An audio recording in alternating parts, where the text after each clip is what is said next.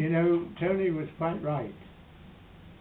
When you love someone very much, you've got a good, strong relationship with them, death does not separate you. That's absolutely true. You're still relating to each other in the world of the spirit, in your own spirit within you. And that's quite wonderful. And I've had some wonderful experiences, especially here, as I've been on my own here.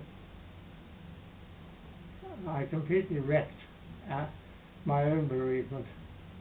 But I managed to catch up with it, and then a wonderful experience here of being with Angela, of understanding the strength of her relationship.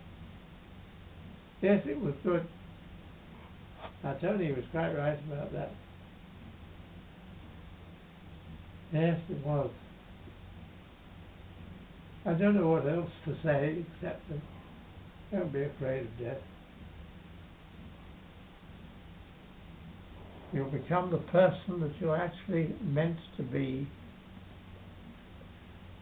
You can do some of that now, of course, but after you die, then you do become the person God meant you to be.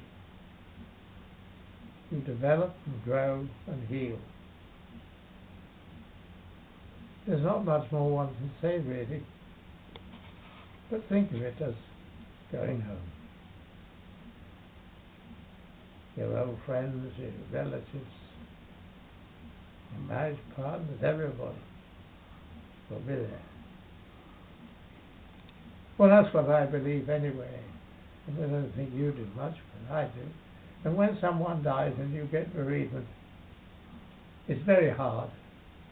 I made a complete pig's ear of mine by marrying again very quickly.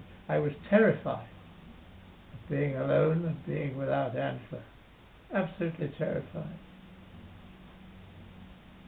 Great mistake. Well, I married the young lady, and then she went off with another fellow who was nearly as old as I was.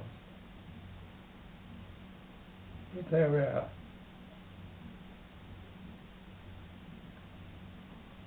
It's all right now, and I'm back to a normal grief.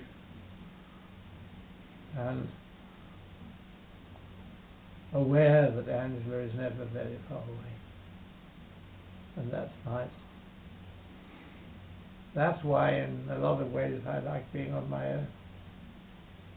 Because it can be like that. I hope that'll help you. If you want to ask me a question or anything about it that you'd like cleared up. What do you think, in your opinion, Hugh, happens to non-believers, atheists, agnostics? Well, I believe that... What happens to them? I believe that, very strongly I believe this, that God does not abandon them. We make our own hells in this world. We don't need another one in the next. And no, God's love is big enough to contain us all. And I think the people who are the agnostics are the most surprised people in the next world.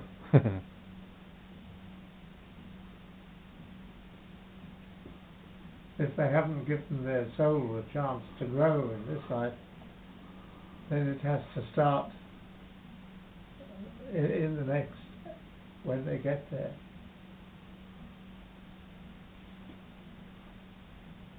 See, I believe that God has a wonderful understanding, an understanding of us and why we are the way we are, and will actually take all that into consideration and heal any deficiencies that may need to be there, even the deficiencies of faith. It will be. Yes, that's what I think. Nobody's condemned. Okay. That's about all, I think, Francis. One tip, if I die and you really miss me, I'm assuming that you will, but if you will, you do. One of the things that's very important to do when you grieve is to find someone you can absolutely trust and relive your life with the person who's died. And it seems to bring the whole thing alive again, and it helps to heal the pain of the bereavement. I know I've never really said goodbye to Angela, because I've said goodbye, yes, but what I mean is that I've never really felt that everything was over. And when I read that in Tony Benn's letter, I was very impressed, and I thought, yes, that's it. That's the way it works. Yeah, I think that's about it, really. Do find someone to talk to if you find you miss me. Do you think I can share my grief whenever you go or anybody goes close to me with an animal? Oh yes, animals are extremely helpful there. Cats? A cat or a dog, or anything, especially cat and dog, cat or dog, it's great. They understand in ways that we don't think they really do, but they do. Oh yes.